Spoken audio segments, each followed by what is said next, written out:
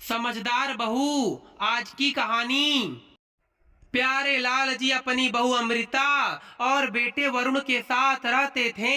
प्यारे लाल जी बेहद ही दयालु और धार्मिक इंसान थे। उनकी बहू अमृता बहुत ही अच्छी थी। जी बाबूजी कहकर उनकी बातें मानती और सुनती थी। प्यारे लाल जी की उम्र 70 साल थी। अब शरीर धीरे धीरे साथ देना छोड़ रहा था। वह बिस्तर पर आ चुके थे। बेटा बहू पूरे मन से उनकी सेवा करते। एक दिन शाम का सूरज जैसे कुछ कहता कहता अचानक ढल गया था। उस पीली पड़ती रोशनी में बहू अमृता का मन भी कुछ वैसा ही बुझा बुझा था।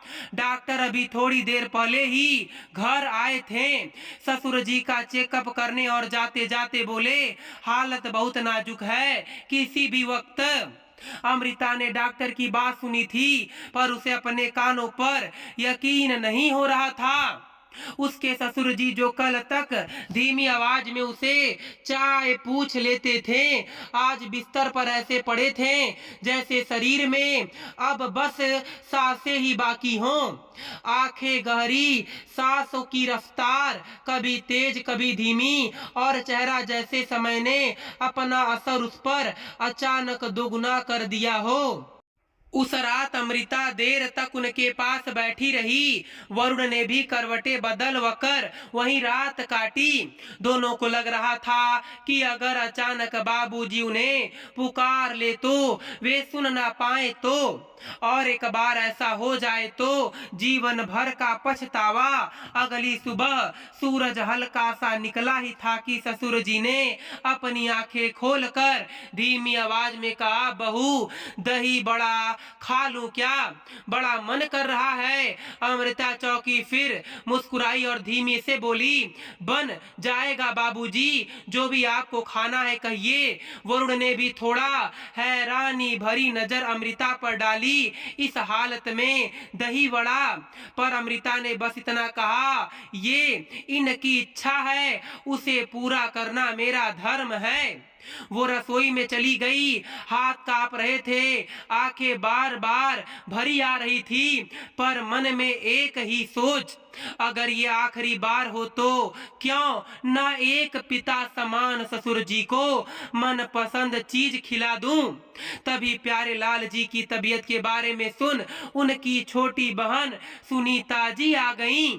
उनसे मिलने कुछ देर भाई के पास बैठी वो रसोई में गई तो अमृता को देख बोली, मेरे भाई बीमार है और तू दही बड़े बना रही है। वाह बहू वाह, क्या कर रही है तू? मेरे भाई को जल्दी मरवाना चाहती है क्या?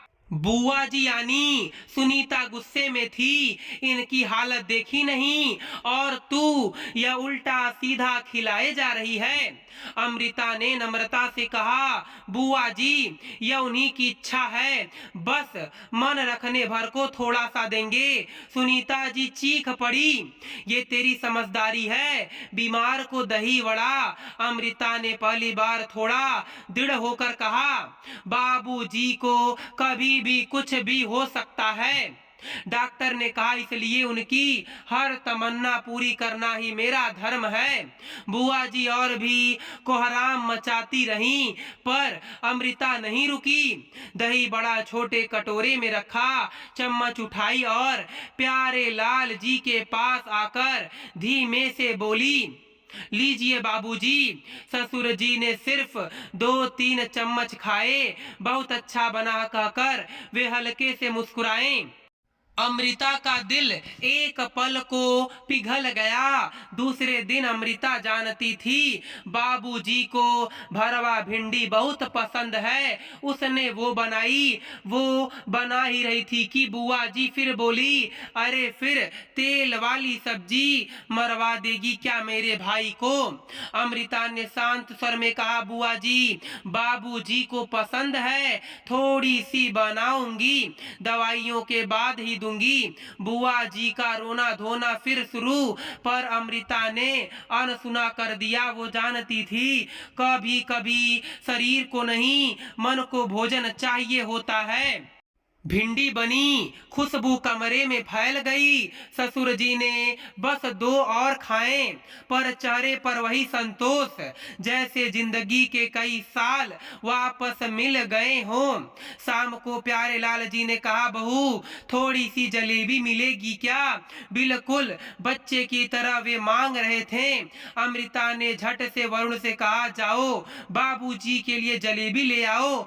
वरुण अमृता की भावना समझता था, वो जल्दी से जाकर जलेबी ले आया। उन्होंने बस एक कौर खाया, दूसरा आधा छोड़ दिया, पर उस एक कौर ने जैसे मन की सारी इच्छाएं घुल गई हों।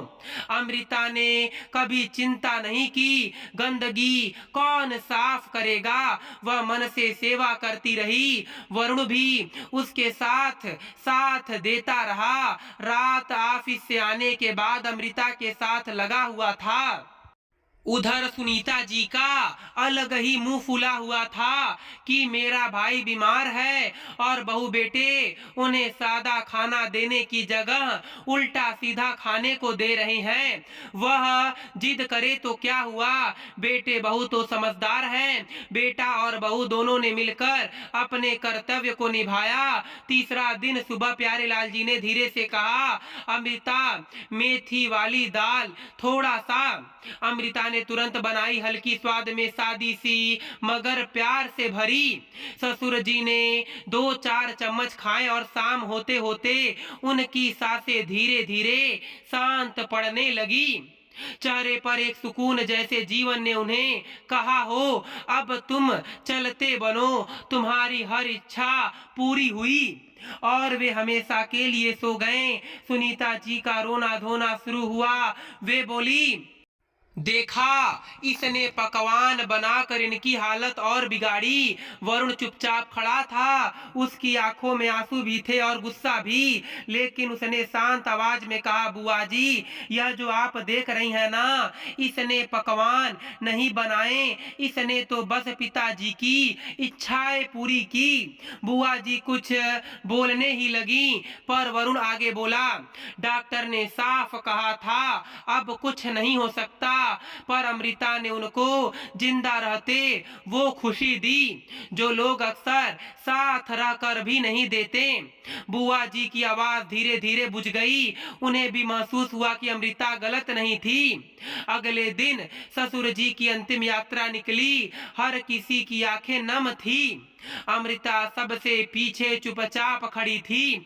उसके आंसू गिरते थे, पर मन बार बार कह रहा था, मैंने बाबूजी की आखिरी सांस तक सेवा की, उनकी हर इच्छा पूरी की, इसलिए कोई पछतावा नहीं। अंतिम विदाई देने के बाद वरुण ने अमृता के कंधे पर हाथ रखा और बोला, तुमने सच में उनकी बेटी बनकर सेवा की है। अमृता की आंखें भर आईं। जीवन में पहली बार किसी ने जाने का दुख और किसी की इच्छा पूरी करने का संतोष एक साथ महसूस हो रहा था। सीख सिर्फ इतनी सी है कि माता पिता को श्राद्ध में पकवान खिलाने से क्या फायदा अगर उनके जीते जी उनकी इच्छा पूरी ना कर सको। अमृता और वरुण ने यही किया, प्यार से मन से अपना कर्तव्य निभाया। ससुर जी शांत हो गए, पर बहू बेटे के मन में सुकून था। दोस्तों, मैं उम्मीद करता हूँ कि आपको यह कहानी पसंद आई होगी। फिर मिलेंगे आपसे अगली कहानी में। आप सभी का धन्यवाद।